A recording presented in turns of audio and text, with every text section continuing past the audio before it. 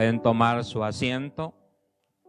Hoy quiero hablarte sobre el tema las actitudes de Jesús, titulado Me caí de las nubes. La Biblia Jerusalén dice de la siguiente manera: tener entre vosotros los mismos sentimientos que Cristo. La Biblia lenguaje actual dice de la siguiente manera: haya pues en vosotros esta actitud que hubo también en Cristo Jesús.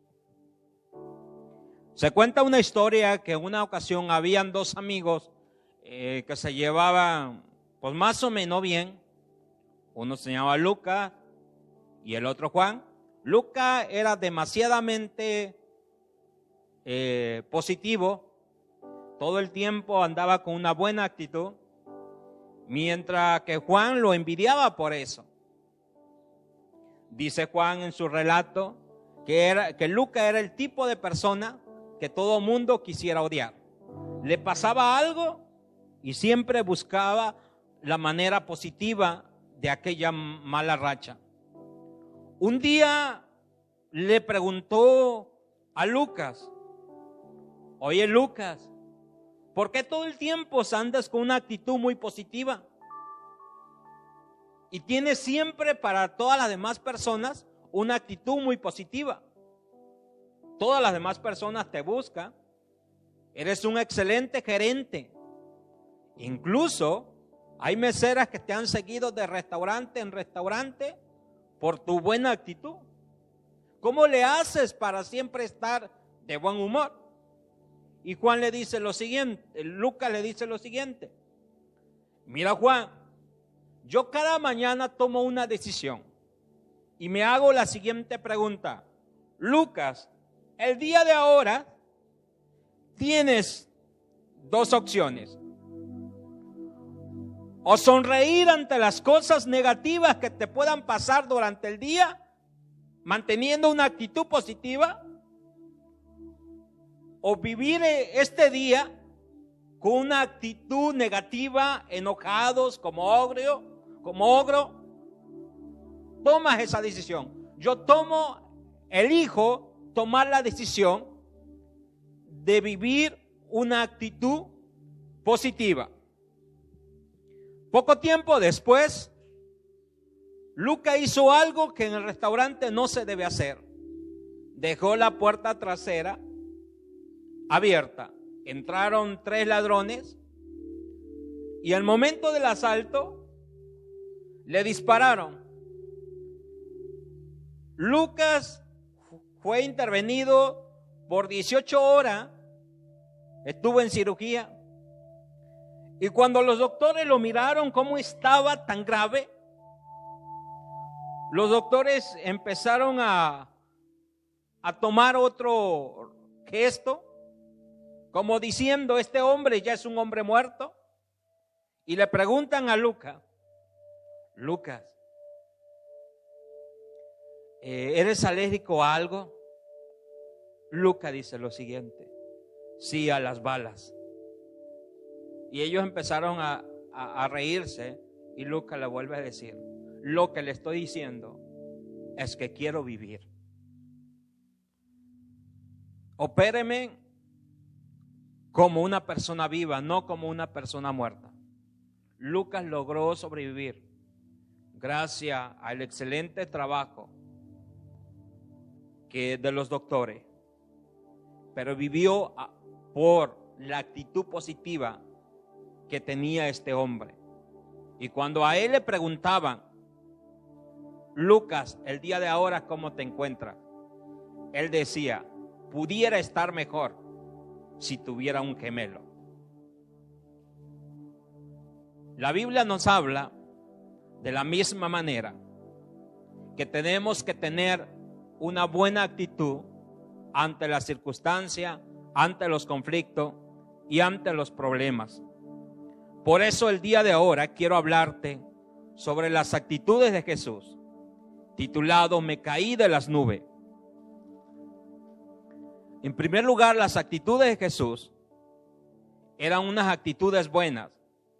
La actitud de la obediencia, En Juan capítulo 6, verso 38, nos dice la palabra de Dios de la siguiente manera: porque he descendido del cielo no para hacer mi voluntad, sino la voluntad del que me envió.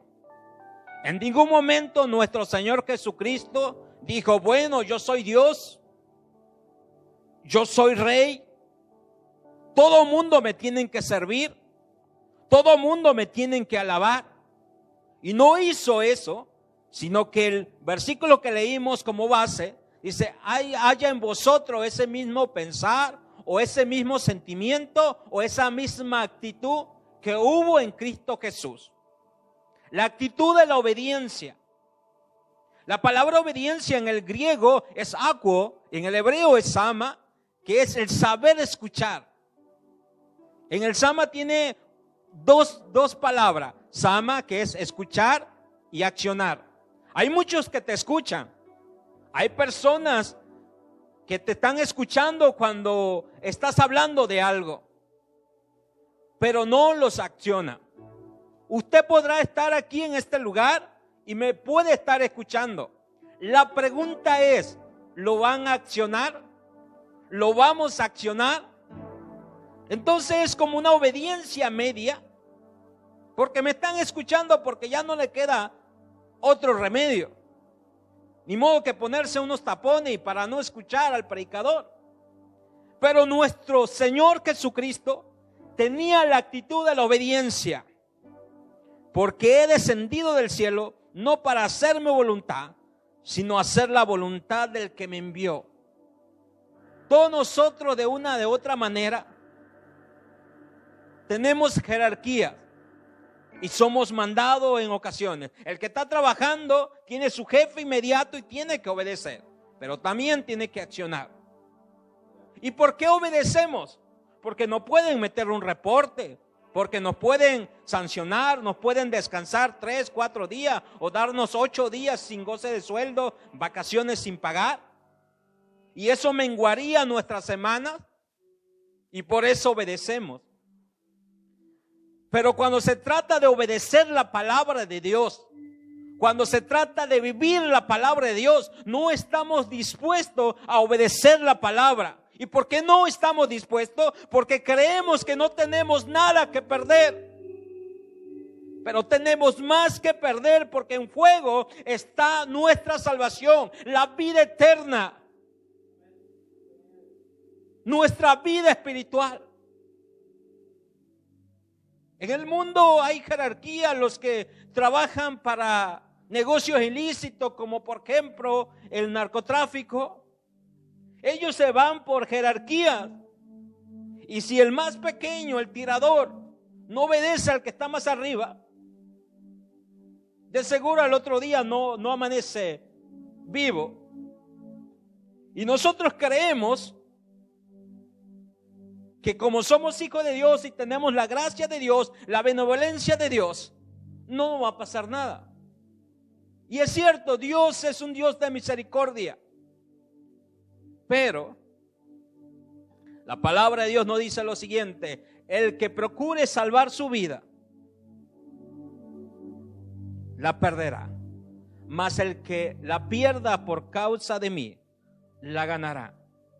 Porque aunque estamos en este mundo, no somos de este mundo, sino vamos para una ciudad celestial. Entonces, la primera actitud de nuestro Señor Jesucristo es la obediencia. En segundo, la segunda actitud de nuestro Señor es que Él tenía una postura no de defensiva. Note en los evangelios que Él venían y lo criticaban y lo juzgaban y lo señalaban, y Él no se defendía diciendo: ¿por qué me van a juzgar ustedes? Si yo soy el Señor, soy el Hijo de Dios. Antes que ustedes naciesen, yo ya formé el mundo. ¿Por qué me van a criticar ustedes? Nunca tuvo esa actitud defensiva diciendo: no tienen por qué a mí criticarme, juzgarme. Al contrario, Él tenía misericordia de la humanidad. Pero ¿cuántas veces nosotros sacamos nuestros títulos, nuestra diploma, y a cada rato estamos hablando de nosotros mismos, diciendo, a ver tú bebé, ¿qué me vas a enseñar? Tienes 5 meses en el cristianismo y yo ya tengo toda una década en el cristianismo. Es más, se puede decir que estoy en la iglesia desde la época de los dinosaurios. Y se creen cristianos prehistóricos. Aquí no es del que dura más tiempo, sino del que vive más tiempo perseverando en la palabra de Dios, sin tomar una actitud defensiva. La postura de nuestro Salvador nunca fue de desalentar. Una actitud emocionante de nuestro amado Señor. Cuando le trajeron a él una mujer que había sido encontrada en adulterio, nunca le dijo, ¿sabes qué? Eres una pecadora, no mereces mi favor, no mereces mi misericordia. Al contrario, la motivó para que cambiara su historia.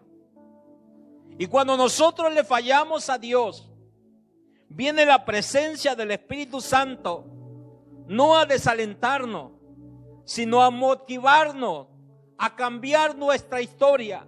Que si nuestro pasado no es el pasado que nos gustaría ser, si nuestro pasado no es de tal agrado para demás personas, posiblemente todo el mundo nos juzgará, nos criticará, pero jamás nos desalentará nuestro Señor Jesucristo, el Espíritu Santo, sino que Él siempre estará ahí para motivarnos, para alentarnos, para darnos esperanza en medio de un tiempo de oscuridad, de tiniebla. El objetivo era complacer al Padre en lugar de lograr sus propios propósitos, sus propias metas. Juan capítulo 6, verso 30, Él vino para hacer la voluntad del Padre, no la suya. Él no dijo, bueno, ya estoy aquí en la tierra, ahora se hagan lo que yo quiero.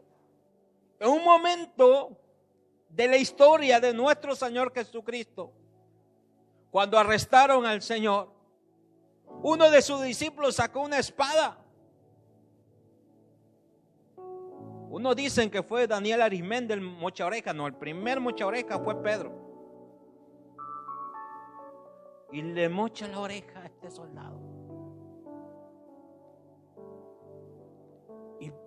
Y el Señor Jesucristo le dice lo siguiente: ¿por qué me defiendes?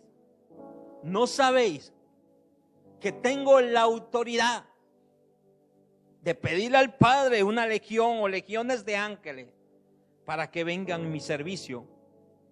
Pero no lo voy a hacer. Pero ¿cuántas veces nosotros queremos que se haga nuestra voluntad? Que si no se hacen las cosas a como nosotros queremos, pensamos, actuamos, entonces todo el mundo está mal, todo el mundo está equivocado. Es que los jóvenes no me hacen caso, están mal. Es que las damas son todo una rebelde, desobediente, entonces están mal. Y creemos que como líderes estamos para que nos sirvan. Y es todo lo contrario. Es más, la palabra líder no está en la Biblia. La palabra que está es diaconai, que es ministerio, siervo. Alguien está al servicio. A veces pensamos que el servir es estar predicando y estamos equivocados.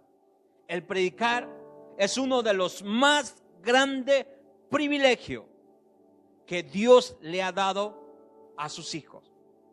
Entonces no te confundas o no confundas que porque predicas estamos sirviendo a Dios. Eso es un privilegio que Él nos da.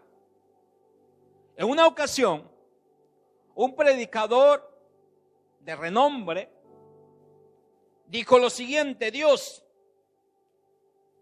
iba en su avión privado y ahí, viajando en las nubes, dijo: Dios, tengo una meta, un proyecto y lo voy a hacer. Cuando llegue a mi ciudad, voy a reunir a todos los grandes pastores. Y cuando hablaba de grandes pastores, por los que tienen multitudes, los que son famosos, y lo voy a reunir y voy a hacer un proyecto de evangelismo, de predicar. Y en ese momento el Espíritu Santo le dice lo siguiente: no vas a hacer eso. ¿Pero cómo? No vas a hacer eso. Vas a ir a tu ciudad.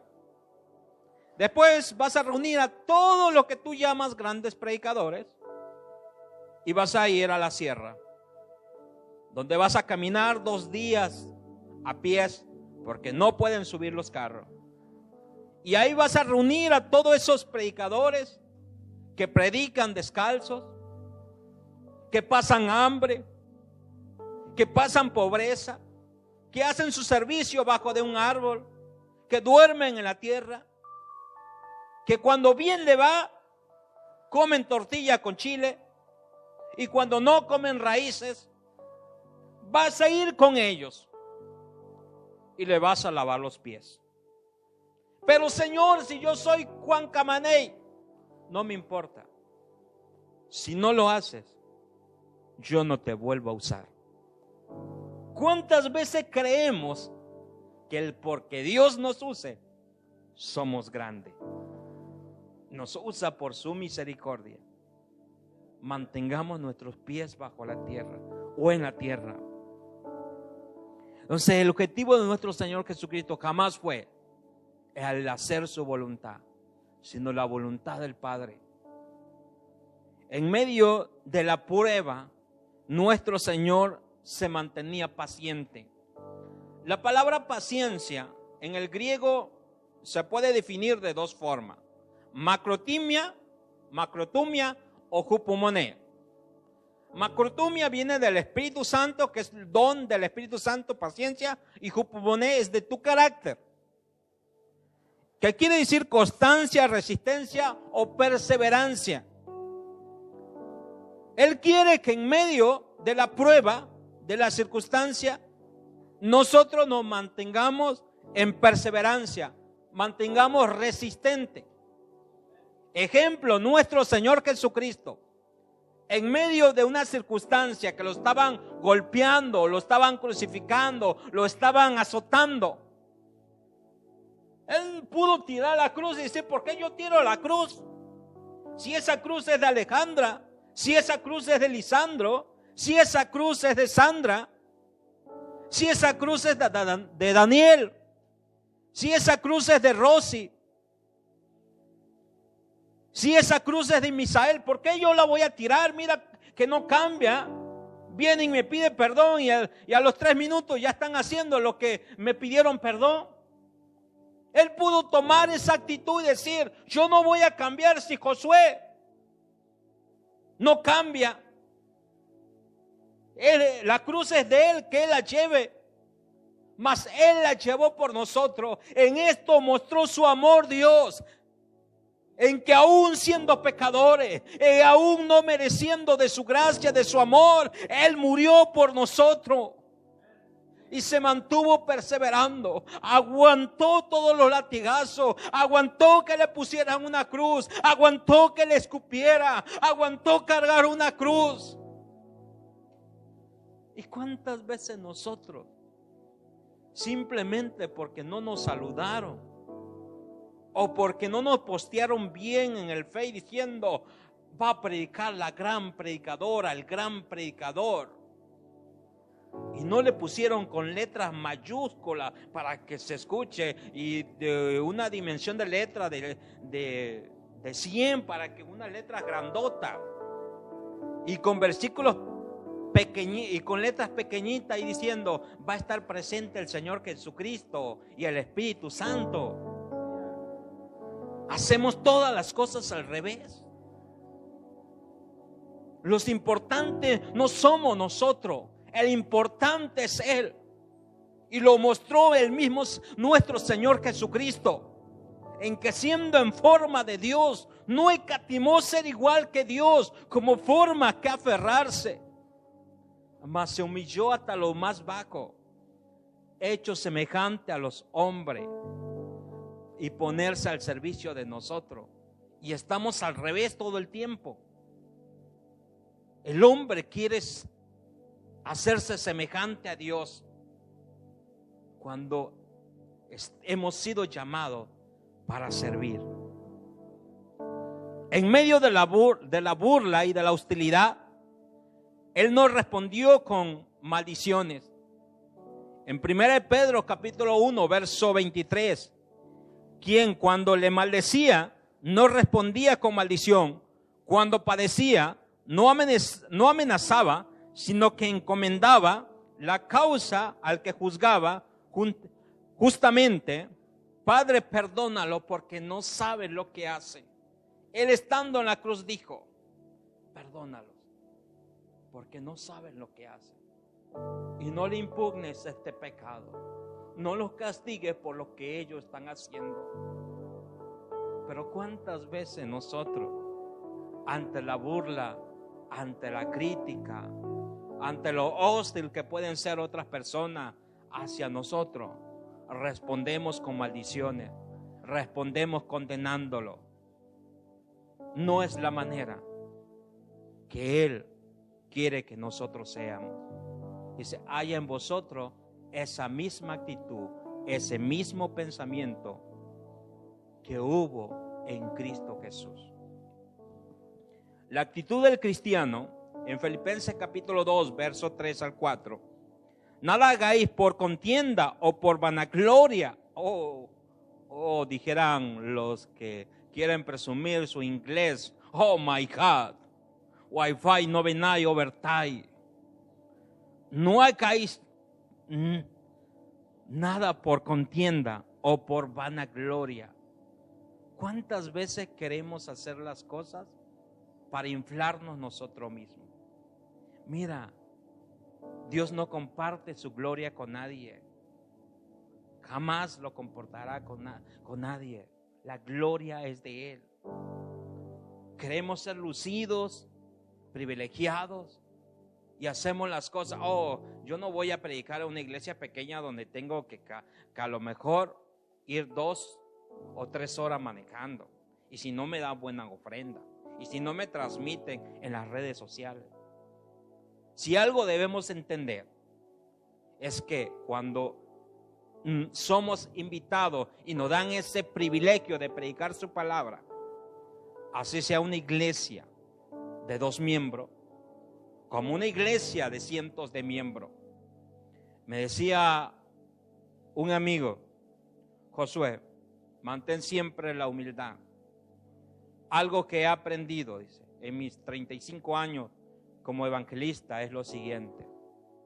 Hemos estado en lugares tan lujosos que nos han servido con tenedores decorados de oro y de plata, donde hemos comido comida que humanamente las tendrías que vomitar descompuesta, y que le hemos pedido a Dios no vomitar aquello, porque para esa cultura sería una mala educación y un mal gesto, y lo tenemos que hacer.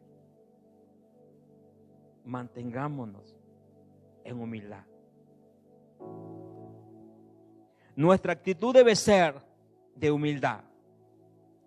La palabra humildad tiene mucho significado, pero uno de los grandes significados es aquel que se deja enseñar. Pastor, pero es que yo tengo 30 años en el cristianismo. Déjate enseñar, porque nunca terminaremos de aprender. Se cuenta una historia que en una ocasión había un niño que lo habían declarado el niño más inteligente de todo el mundo. Un anciano dijo lo siguiente: oigan, hombre, ese niño no es el niño más inteligente del mundo. Claro que sí, dijeron todos los demás.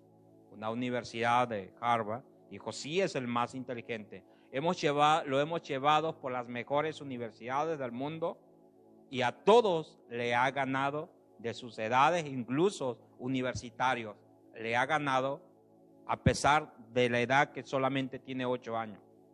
Aquel anciano volvió a decir: ese niño no es el niño más inteligente del mundo, y lo voy a hacer con un niño del tercer mundo. Así que fue y escogieron a aquel niño allá en África, donde se están muriendo de hambre, que no tienen estudio, no saben leer, no saben nada de 2 más 2, mucho menos la hipotenusa, cálculo diferencial, integral. Así que lo agarraron y lo trajeron aquí a América, lo metieron en una aula y le hicieron 10 preguntas. El niño no entendía nada. Le volvieron a decir a aquel anciano: ¿ya miraste que es el más inteligente? No, apenas vamos a la mitad, dijo el anciano. Ahora llevémoslos a África, a su hábitat. Lo metieron en medio de la selva, mientras aquel niño superdotado, inteligente, se andaba muriendo, no encontraba comida, no se podía defender de los animales, estaba infectado de hojas que le causaba roncha, mientras que el niño de África encontraba comida, se defendía de los animales, encontraba agua, el otro se estaba muriendo.